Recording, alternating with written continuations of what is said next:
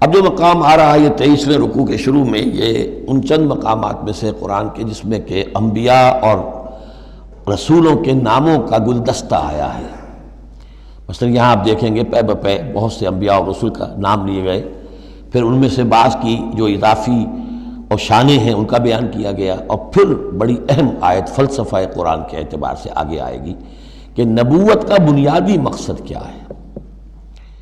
نبوت کا بنیادی مقصد، فلسفہ نبوت، اساسی فلسفہ نبوت۔ انا اوحینا الیک کما اوحینا الی نوح، اے نبی ہم نے آپ کی جانب بھی وحی کی ہے جیسے کہ ہم نے نوح کی طرف وحی کی تھی، والنبیین من بعدہ، اور ان کے بعد بہت سے انبیاء پر کی تھی۔ حضرت شیس علیہ السلام وہ بھی حضرت نوح علیہ السلام، بلکہ یہ تو حضرت نوح سے بھی پہلے کے لوگ ہیں، شیس جو ہیں۔ اوحینا الی نوح والنبیین من بعدہ واوحینا الی ابراہیم واسماعیل واسحاق ویعقوب والاسباط، اور ہم نے وحی کی ابراہیم کی طرف، اسماعیل کی طرف، اسحاق کی طرف، یعقوب کی طرف اور ان کی اولاد کی طرف، وعیسیٰ وایوب ویونس وہارون وسلیمان، اور عیسیٰ کی جانب اور ایوب کی جانب اور یونس کی جانب اور ہارون کی جانب اور سلیمان کی جانب، وآتینا داود زبورا، اور داود کو تو ہم نے زبور جیسی کتاب عطا فرمائی، ورسلا قد قصصناہم علیک من قبل، ایسے بھی بہت سے رسولوں کو ہم نے بھیجا، یا وہی ہم نے ان کی جانب کی بھیجے ایسے رسول کہ جن کا ہم اس سے پہلے آپ کے سامنے تذکرہ کر چکے ہیں، ورسلا لم نقصصہم علیک، اور ایسے بھی بہت سے رسول ہیں کہ جن کے حالات ہم نے آپ کے سامنے بیان نہیں کیے۔ پوری دنیا کی تاریخ بیان کرنا تو قرآن مجید کا مقصد نہیں ہے، یہ تو کتاب ہدایت ہے، تاریخ کی کتاب نہیں ہے۔ وَكَلَّمَ اللَّهُ مُوسَىٰ تَكْلِيمًا، اور خاص اب شان جو حضرت موسیٰ علیہ السلام کی امتیازی شان ہے، اور موسیٰ سے تو کلام کیا اللہ نے جیسے کہ کلام کیا جاتا ہے، بس صرف یہ ہے کہ من ورائے حجاب تھا، پردے کے پیچھے سے تھا دو بدو کلام۔ اب وہ آیت آ رہی ہے کہ یہ رسول کس لیے بھیجے گئے؟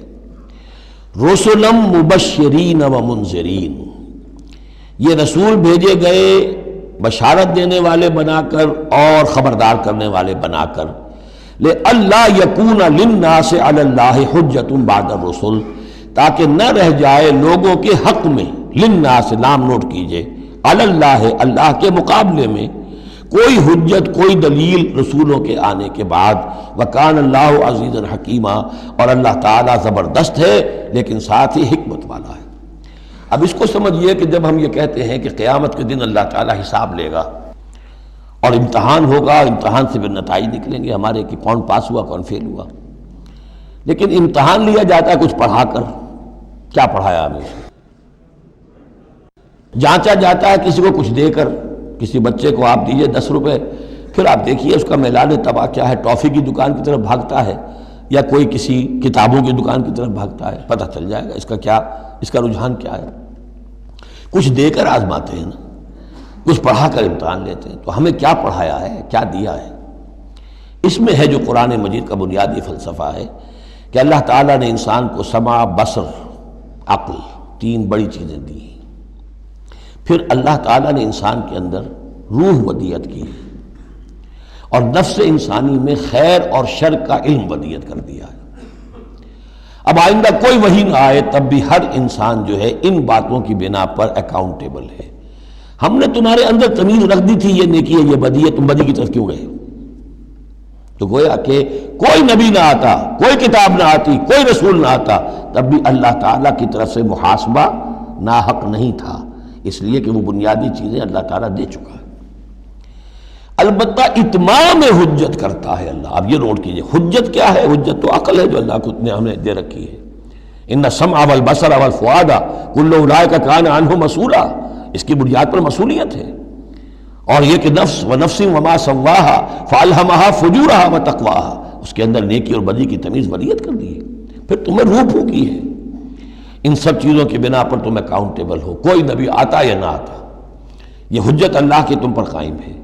لیکن پھر بھی اللہ اتمام حجت کرنے کے لیے یہ اضافی شے ہے کہ اللہ نے تم ہی میں سے کچھ لوگوں کو چنا جو بڑے ہی اعلیٰ کردار کے لوگ تھے، تم جانتے تھے کہ یہ ہمارے ہاں کے بہترین لوگ ہیں، ان کے دامن کردار پر کوئی داغ دھبا نہیں ہے، ان کی سیرت و اخلاق تمہارے سامنے تھی کھلی کتاب کے مانند، ان کے پاس ہم نے اپنی وحی بھیجی، اور پھر تمہیں یہ کرو یہ نہ کرو یہ بھی بتا دیا۔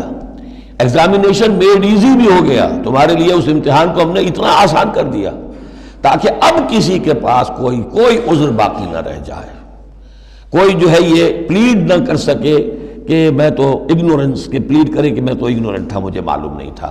جب رسول آ گئے تو اب کوئی عذر باقی نہیں رہا۔ رسول سے پہلے پھر بھی کوئی شخص کہہ سکتا ہے پروردگار میں ایسے ماحول میں پیدا ہو گیا تھا، وہاں سب کے سب اسی رنگ میں رنگے ہوئے تھے، پروردگار میں اپنے 2 وقت کی روٹی کے دھندے میں ایسا لگا رہا کہ مجھے کبھی ہوش ہی نہیں آئی کہ میں سوچتا۔ لیکن جب رسول آ جاتے ہیں اور رسولوں کے آنے کے بعد حق مبرہن ہو جاتا ہے اور حق و باطل کے درمیان امتیاز بالکل واضح طور پر قائم ہو جاتا ہے، پھر کوئی عذر باقی نہیں رہتا، کوئی حجت پیش کرنے کے لیے لوگوں کے جانب سے اللہ کے سامنے اللہ کے محاسبے کے مقابلے میں باقی نہیں رہتی۔ تو یہ اتمام حجت ہے، اللہ کی طرف سے حجت کا اتمام۔ رسلا مبشرین، اور کر کیا سکتے ہیں رسول؟ نہ کسی کو زبردستی ہدایت پر لا سکتے ہیں، ظاہر بات ہے کسی کو گمراہ کرنا تو پیش نظر ہے ہی نہیں، لیکن کسی کو زبردستی ہدایت پہ نہیں لا سکتے۔ ہاں جن کے اپنے اندر کی یہ چیزیں جاگ جائیں گی، متوجہ ہو جائیں گے، اپنے باطن کی حقیقتوں کی طرف دیکھیں گے اور پھر یہ کہ نبی کی بات سنیں گے، اس سے فائدہ اٹھائیں گے، سیدھے راستے پر چلیں گے، ان کے لیے مبشر ہوں گے، بشارت، فراح و ریحان و جنت نعیم۔ اور جو لوگ یہ ہے کہ اس کے بعد بھی اپنی غلط ہی راستوں پر چلتے رہیں گے، تعصب میں، ہٹ دھرمی میں، ضد میں، مفادات میں، چودراہٹوں کی وجہ سے، ان کو خبردار کریں گے کہ اب تمہارے لیے بدترین انجام جو ہے جہنم تیار ہے۔ تو رسولوں کا بنیادی فنکشن یہی ہے، تبشیر اور انذار، مبشرین و منذرین۔ کس لیے؟ لئلا یکونا، تاکہ نہ رہ جائے، للناس، لوگوں کے پاس، لوگوں کے حق میں، اللہ اللہ کے مقابلے میں، یعنی اللہ کی حجت، اللہ کے محاسبے کے مقابلے میں، حجت، کوئی حجت، کوئی عذر، کوئی بہانہ باقی نہ رہے بعد الرسل، رسولوں کے آنے کے بعد۔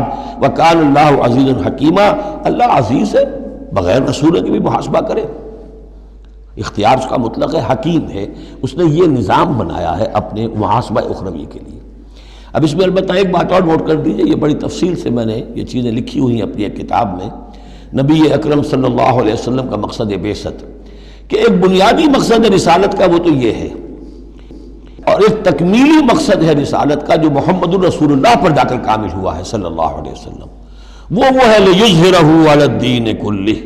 انہوں نے بھی کام شروع کیا یہیں سے، یا ایھا النبی انا ارسلناک شاہدا ومبشرا ونذیرا وداعیا الی اللہ باذنہ وسراجا منیرا۔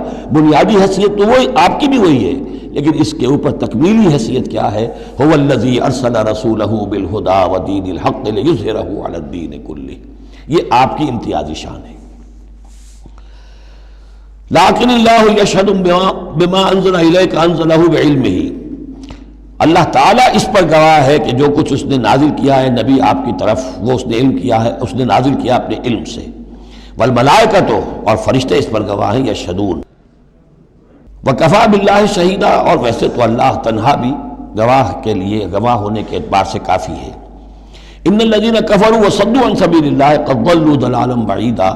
اب محمد کے آنے کے بعد صلی اللہ علیہ وسلم پھر بھی جو لوگ کفر پر اڑے رہے اور رکے رہے اور روکتے رہے اللہ کے راستے سے دوسروں کو، وہ تو پھر بہک گئے ہیں، بھٹک گئے ہیں، ضلالا بعیدا، اور یہ اپنے بھٹکنے میں اور بہکنے میں، گمراہی میں بہت دور نکل گئے۔ ان الذین کفروا وظلموا لم یکن اللہ لیغفر لهم۔ اب یہ لوگ جنہوں نے کفر کیا ہے، جو اڑ گئے ہیں کفر پر اور جو اس شرک پر اور ناحق جو راستہ ہے اس کے اوپر جم گئے ہیں، لم یکن اللہ لیغفر لهم، اب اللہ کا یہ طریقہ نہیں ہوگا کہ انہیں معاف کر دے، اللہ انہیں اب ہرگز بخشنے والا نہیں ہے۔ ولا لیہدیہم طریقہ، اور نہ یہ کہ انہیں کسی راستے کی ہدایت دے، الا طریقہ جہنم، سوائے ایک راستے کے، اور وہ جہنم کا راستہ ہے۔ اب تو وہی کھلی ہوئی ہے شاہراہ، اسی پر یہ بگٹٹ دوڑتے رہیں، خالدین فیہا، وہ اس میں ہمیشہ ہمیش رہیں گے، ابدا، ہمیشہ ہمیش۔ وکان ذلک علی اللہ یسیرا، اور یہ اللہ پر بہت آسان ہے۔ دیکھیے اس کو مقابلے میں لائیے، ما یفعل اللہ بعذابکم، اللہ کیا کرے گا تمہیں عذاب دے کر، لیکن اس سے یہ نہ سمجھے کہ اللہ عذاب نہیں دے گا۔ یقیناً اللہ سیڈسٹ نہیں ہے، یقیناً اللہ کو عذاب دے کر خوشی نہیں ہوگی، لیکن یہ کہ اس کا ایک ضابطہ ہے، اس کا ایک قانون ہے، اسی پر اس نے دنیا بنائی ہے، لہذا اس کے مطابق وہ عمل تو کرے گا۔ اور یہ اس پر کوئی بھاری گزرنے والی بات نہیں ہے کہ اپنی ہی مخلوق کو، اس لیے کہ بعض ملنگ قسم کے صوفی جو ہیں وہ یہ بھی کہتے ہیں کہ یہ اللہ بڑا رحیم ہے، اب کیا وہ اپنی مخلوق کو جہنم میں جھونک دے گا؟ یہ تو ایسے ڈراوے کے لیے، ذرا سیدھا کرنے کے لیے، جیسے بچوں کو ڈانٹ دیتا ہے باپ ہو ماں ہو، میں تیرا قیمہ کر دوں گی، تو کوئی کیا قیمہ کر دے گی کوئی ماں اپنے بچے کا؟ لیکن یہ تو اصل میں صرف ڈراوا ہے اور کچھ نہیں، لیکن یہ بات صحیح نہیں ہے۔ اسی لیے اللہ تعالیٰ کہتا ہے کہ کان ذالک علی اللہ یسیرا، اللہ کے لیے یہ بہت آسان ہے، بہت ہلکی بات ہے اس کے لیے۔ یا ایھا الناس، اب یوں سمجھیے کہ کنکلوڈنگ حصہ جو ہے سورہ مبارکہ کا، یا ایھا الناس قد جاءکم الرسول بالحق من ربکم فآمنوا خیرا لکم۔ اس عبارت میں جو زور ہے، میں نے کوشش کی ہے کہ میں اسے اپنی آواز کے ذریعے سے واضح کروں۔ اے لوگو، تمہارے پاس آ چکا ہے رسول حق کے ساتھ، یعنی اب تم یہ نہیں کہہ سکو گے کہ رسول نہیں آیا، ہمیں پتہ نہیں تھا۔ You won't be able to plead ignorance، یہ نہیں کہہ سکتے کہ ہمیں معلوم نہیں تھا، ہم پر بات کھولی نہیں گئی، ہم پر بات واضح نہیں ہوئی، یہ بہانہ ختم ہو گیا اب محمد کے آنے کے بعد۔ یا ایھا الناس قد جاءکم الرسول بالحق من ربکم فآمنوا خیرا لکم، ایمان لے آؤ، یہی تمہارے لیے بہتر ہے، بلکہ صحیح ترجمہ ہوگا اسی میں تمہاری خیریت ہے۔ وَإِن تَكْفُرُوا فَإِنَّ لِلَّهِ مَا فِي السَّمَاوَاتِ وَالْأَرْضِ، اور کفر پر اڑے رہو گے تو اللہ تعالیٰ کا کیا بگاڑ لو گے؟ آسمانوں اور زمین میں جو کچھ ہے وہ اللہ ہی کا ہے۔ وَكَانَ اللَّهُ عَلِيمًا حَكِيمًا، اللہ علیم ہے، حکیم ہے۔ یا اہل الکتاب لا تغلوا فی دینکم، اے کتاب والو اپنے دین میں غلو نہ کرو۔ وَلَا تَقُولُوا عَلَى اللَّهِ إِلَّا الْحَقَّ، اور اللہ کی طرف کوئی شے منسوب نہ کرو سوائے اس کے جو درست ہو اور حق ہو۔ جھوٹ بولنا ہے تو بازی بارش بابا ہم بازی، جھوٹ بولنا ہے خود بولو۔ خدا پر جھوٹ جڑنا، اللہ نے یہ کہا، یہ تو گویا کہ یوں سمجھیے کہ بازی بارش بابا ہم بازی والی بات ہو گئی۔ لا تقولوا علی اللہ الا الحق انما المسیح عیسی ابن مریم رسول اللہ، دیکھو مسیح عیسیٰ ابن مریم اللہ کے رسول تھے، یہ حیثیت ان کی ہے، الوہیت میں کوئی حصہ نہیں ہے، وہ خدا کے بیٹے نہیں ہیں، رسول اللہ ہے۔ وَكَلِمَتُهُ أَلْقَاهَا إِلَىٰ مَرْيَمَ، اور اس کا ایک کلمہ ہے کہ جو اس نے ڈالا مریم پر، یعنی مریم کی رحم میں جو حمل ہوا ہے حضرت عیسیٰ کا، وہ اللہ کے کلمہ کن کی طرف سے پھیل ہوا ہے۔ ایک جو فزیکل جو بھی حصے ہیں کسی عمل کے، اب کسی بھی انسان کی ولادت میں ایک حصہ باپ کا ہے، ایک حصہ ماں کا ہے، لیکن حضرت مسیح علیہ السلام کی ولادت میں ماں والا حصہ تو پورا موجود ہے، حمل ہوا ہے، 9 مہینے آپ اپنے رحم میں رہیں حضرت مریم سلام علیہا کے، لیکن یہ کہ باپ والا حصہ نہیں ہے۔ تو اللہ تعالیٰ کے ہاں جہاں پر بھی کوئی اس طرح کا لنک جو ہے، جو میٹیریل لنکس ہیں جو، وہ اگر کہیں ٹوٹا ہے تو کن، اللہ کا ایک کن جو ہے، اللہ کا ایک امر، وہ وہاں پر کفایت کرتا ہے۔ اس معنی میں اللہ تعالیٰ کے کلمے ہیں، کلمتہ القاہا الی مریم، اور روح منہ، اور ایک خاص روح ہے اللہ کی طرف سے، یعنی روح تو ویسے سب کی اللہ کی طرف سے ہے، لیکن یہ کہ روحوں کے بڑے اونچے مراتب بھی ہیں۔ ایک روح محمدی ہے جس کو ہم عام طور پر ہمارے علماء نور محمدی کہتے ہیں۔ وہ نور محمدی کیا ہے؟ روح محمدی، اس لیے کہ روح جو ہے نورانی شے ہے۔